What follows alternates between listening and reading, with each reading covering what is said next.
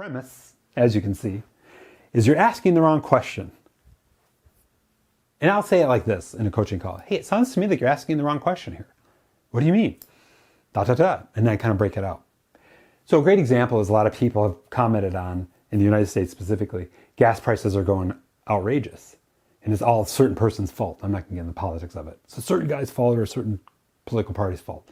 And I'm like, it sounds to me like you're asking the wrong question. So there's a couple better questions to ask. One is, what's really going on behind that? And if you understand the law of like the study of economics, there's supply and demand.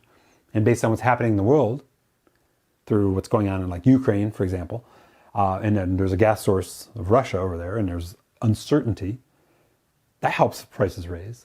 But if you really get to the bigger question here, should I be, through the world lens, fueling my car with gas with what I know today?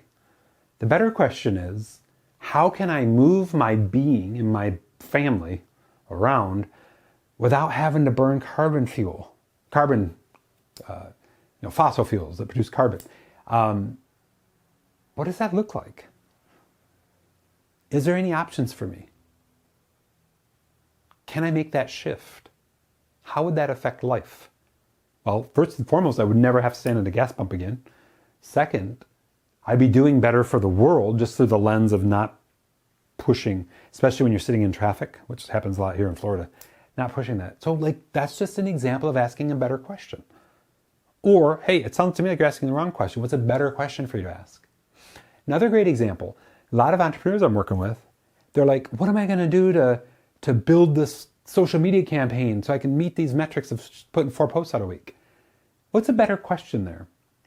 What am I going to create of value, test and measure it with people, going back to this idea of the trifecta of awesome, great energy, asking great questions to facilitate co-creation, active listening, that people have shared with me that they really need, practically need. And what am I going to do to put that out in the world? So here's the thing.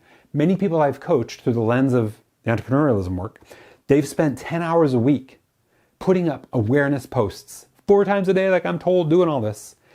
And 2 of them in the last 3 months have created 1 lead incentive that's so valuable. One of them, this person I didn't coach, but they put up a valuable, they've discovered, and they put in a spreadsheet all the ways to promote your event today.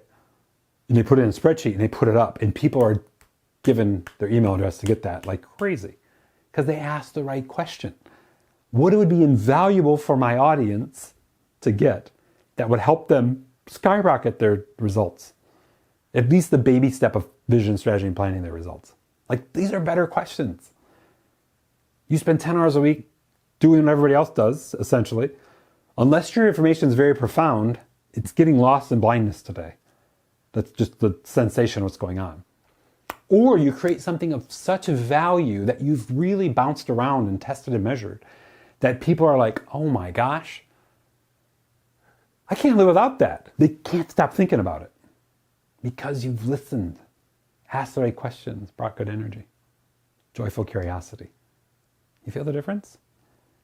So I'd love to know, as you think about things that you're, maybe struggles that you're having in life right now, even in business, where are you asking, and I won't say the wrong question, but where are you asking not so great of questions, and what are better questions that you could ask?